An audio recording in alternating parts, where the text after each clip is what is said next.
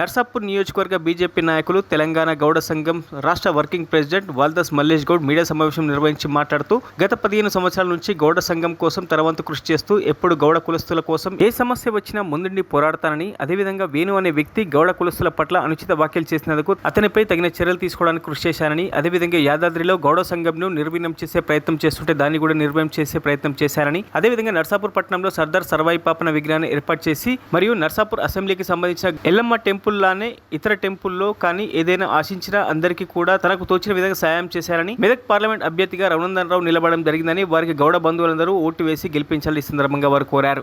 వర్గాలలో ఉన్న నా కుటుంబ బంధువులకు అందరికీ కూడా పేరు పేరున నమస్కరిస్తూ, మరి గత 15 సంవత్సరాల నుంచి నేను మన గౌడ కులం పోరాటం కోసం, మరి గౌడుల ఐక్యత కోసం నా వంతు కృషి చేస్తూ మరి నా జీవితాన్ని గడుపుతున్నా. మరి ఎప్పుడు కూడా ఏ సమస్య వచ్చినా గౌడ కులస్తుల గురించి, మరి జబర్దస్త్లో వేణు మన కులం పైన ఒక స్కిట్టు రాస్తే ఎంపడే స్పందించి మరి ఫిలిం నగర్లో పోయి అతన్ని నిలదీసిన వ్యక్తిని.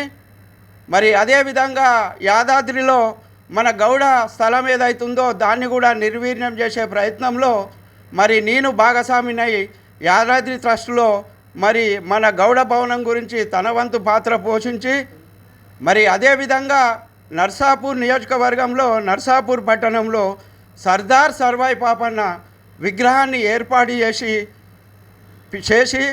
మరియు నర్సాపూర్ అసెంబ్లీకి సంబంధించిన ప్రతి గౌడ అస్తులు నా దగ్గరికి వచ్చినప్పుడు ఎల్లమ్మ టెంపుల్ కానీ ఇతర టెంపుల్లకు కానీ ఏదైనా ఆశించినా అందరికీ కూడా నాకు తోచిన విధంగా సహాయం చేసిన.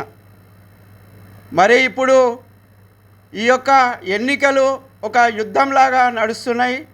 మరి అన్న రఘునందన్ రావు గారిని ఓడగొట్టాలని చెప్పి చాలా, ఒకవైపు బీఆర్ఎస్ వాళ్ళైతేనేమి, ఒకవైపు కాంగ్రెస్ వాళ్ళైతేనేమి చాలా ప్రయత్నాలు చేస్తున్నారు.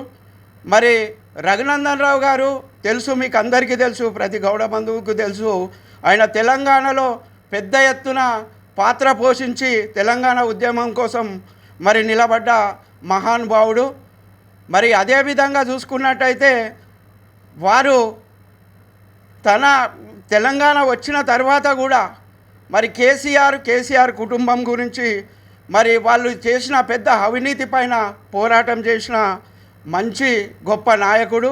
అలాంటి నాయకుడు ఈరోజు మరి మెదక్ పార్లమెంటు అభ్యర్థిగా నిలబడడం జరిగింది.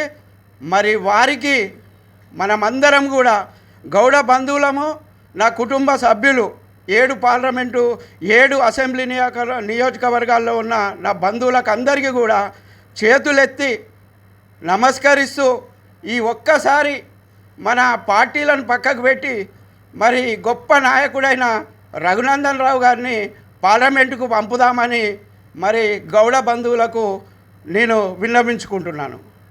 మరిన్ని అప్డేట్స్ కోసం మా ఛానల్ని సబ్స్క్రైబ్ చేయండి.